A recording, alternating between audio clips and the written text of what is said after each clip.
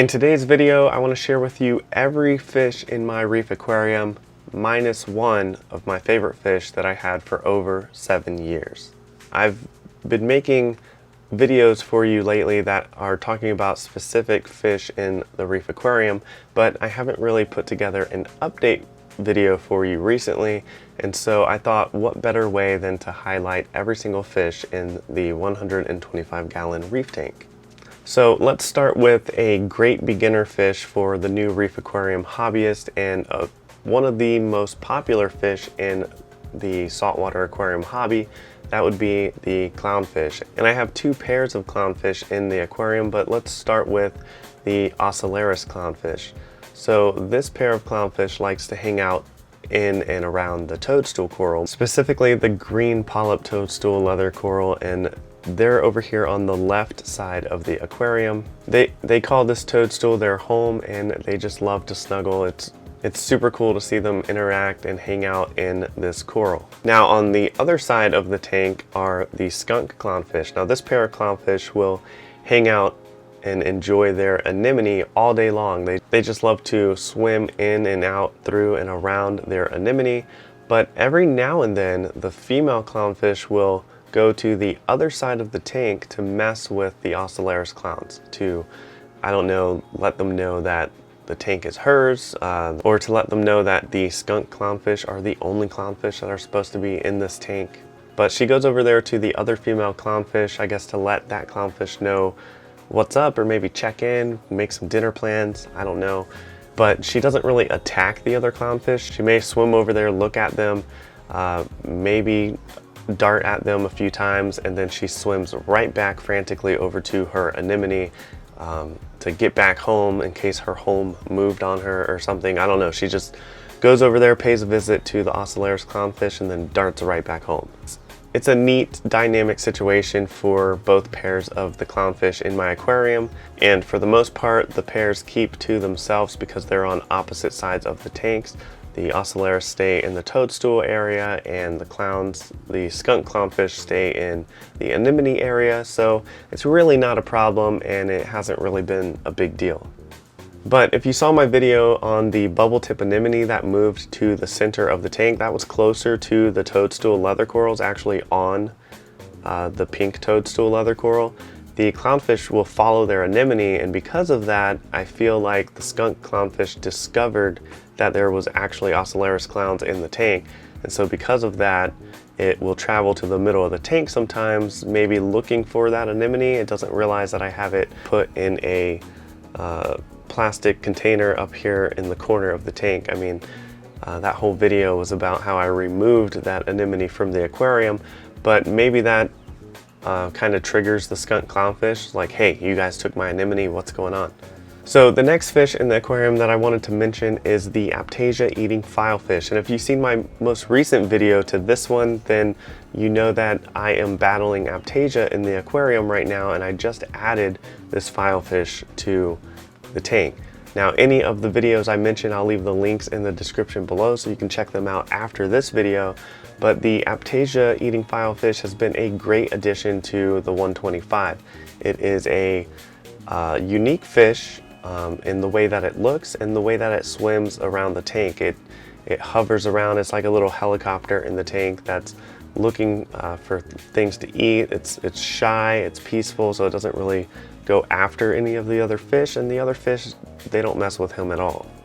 And on top of that, it looks like he's actually clearing out the Aptasia. If you take a look at the rockwork here in the middle of the tank, you'll notice significantly less amount of Aptasia here on the rockwork, and I'm just noticing the Aptasia slowly disappear. So it could be a combination of both, because I still have some peppermint shrimp in the tank, so it could be the peppermint shrimp working together with the filefish. But ever since adding the filefish, I've noticed that the Aptasia is disappearing a lot faster.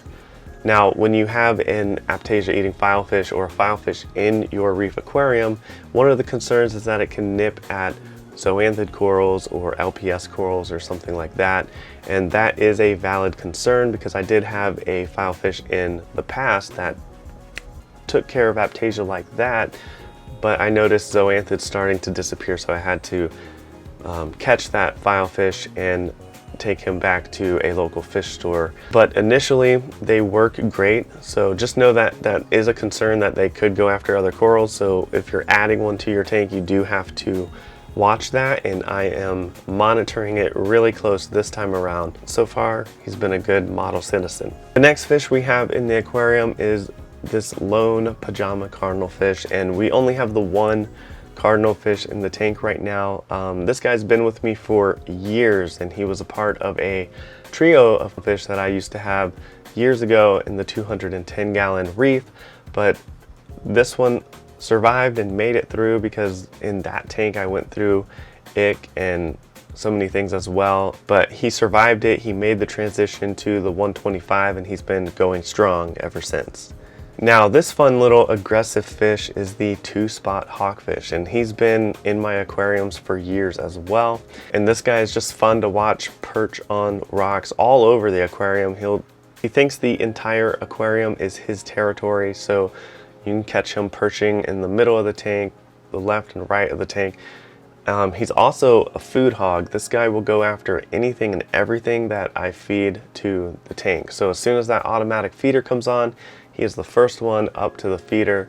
He is trying to get all the food. He doesn't want to share. He's just the hog of the tank. But it's a really unique fish to have in your aquarium as far as the color patterns, as far as how active he is in the tank, but he can be semi-aggressive or very aggressive to other tank mates depending on what you keep in your aquarium, and he can go after shrimp. So when I was adding peppermint shrimp, of course I was nervous that he was going to take them out. I also have a 6-line wrasse in the aquarium as well, and I feel like 6-line wrasse gets a bad rap in the hobby. They get a bad name. They're said to be very aggressive, they're unruly at times, but that hasn't been my experience at all with any of the 6-line wrasses that I've had in my aquariums throughout the years. And I've had probably a handful of 6-line wrasses, and each one that I've had has been a great fish in the aquarium. Doesn't bother anybody, it keeps to itself. Usually if you have a larger aquarium with a lot of peaceful tank mates, they're going to be a good addition. They're a utility fish that you can use in your aquarium, and it's always good to think about fish that have specific jobs for your aquarium and don't just get the fancy looking nice fish. It's good to have a mixture because you want animals in your aquarium that are going to put in the work to help keep your aquarium nice. Now the next fish I want to mention is the Midas Blenny. I have loved this fish for years and years and years. It's just a beautiful yellow fish, adds a different swim pattern dynamic to your aquarium because they kind of move like an eel in your aquarium. So they're just really fun to watch swim in the tank. They're really fun to watch their habits. When they set up their home, it's usually like in a hole in the rockwork or something. They like to go in backwards so they can peek out. So they're a lot of fun to watch that way. And our Midas Blenny has 2 homes in the aquarium, one on the left side and one on the right side. So its home over here on the left is underneath the green star polyps. There's a hole in the rockwork down there it likes to back its way into. And then it also has a home on the other side of the tank at the anemones, so in the rock next to the anemones. Now I do have a lid on the aquarium specifically for the Midas Blenny because they do jump. It's just a unique fish, a different type of fish to have in your aquarium. If you're looking for something different and unique, go with a Midas Blenny. They love to perch on corals and rock as well, so this one will sit on the toadstool coral. It will sit and hang out on the rockwork and in the rockwork, and it eats a variety of different foods. And I made an entire video all about the Midas Blenny, so if you want to check that out, I'll leave the link as well in the description below. Now the next fish we have is a yellow tang. Now the yellow tang adds a great splash of color, so if you're looking for tangs to get for your aquarium, go ahead and grab a yellow tang. It's a great, easy beginner tang to have for your aquarium. But for us, for the Coral Reef Talk, for this reef tank, it's nice having that big splash of yellow color. It's fun to watch the yellow tang graze the rockwork, cruise around the tank. It's a nice, relaxing, peaceful fish to watch. So if you've been following the channel for a little while now, then you know that I had a Sailfin Tang. So you may be wondering, well, what's up with the Sailfin Tang? The Sailfin Tang was over 10 years old, and I've had the Sailfin Tang for around 7 of those 10 years. And when she was first given to me, she had HLLE, or head lateral line erosion. And in my care, I was able to nurse her back to health. And she went through many things in the Reef Aquarium. So back in the 210-gallon reef tank, we went through ick, and I pulled her out, put her in quarantine, got her through marine ick, got her through that situation. She made the transfer from the 210 to now the 125-gallon reef tank. She's just been a great fish to have in the aquarium for all those years. One of my favorite fish to have.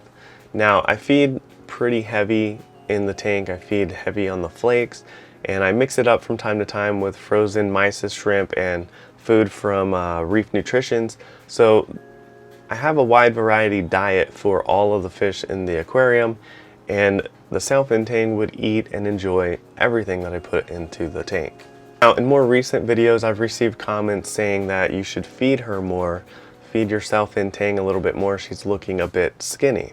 Well, one day she darted behind the rockwork out of nowhere and just decided to stop eating.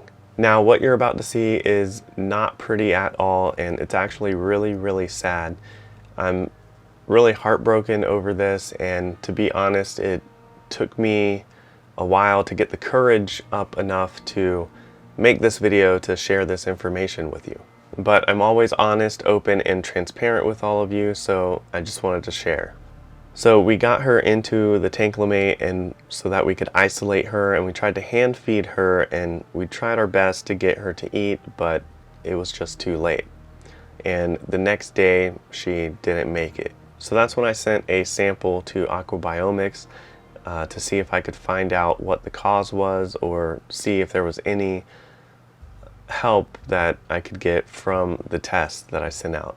Well, the results came back in that there was Vibrio, and if I understand that correctly, Vibrio can get into your fish's intestines and cause them to get really skinny, and ultimately they stop eating, and the Vibrio wins out. And that's unfortunately what happened to Sally the Sailfin Tang.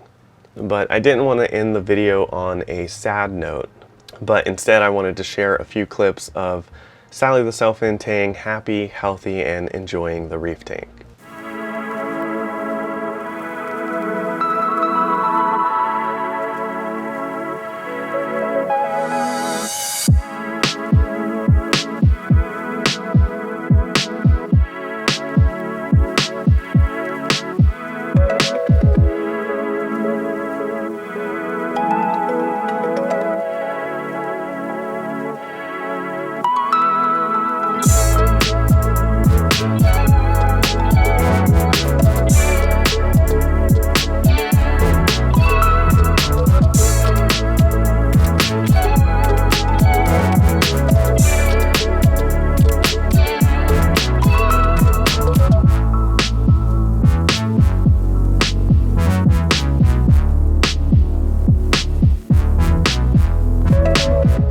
So I now have 10 fish in the Reef Aquarium minus the Sailfin Tang, and I made this video right here, hand selected it just for you. If you want to check out another video, click or tap your screen right here.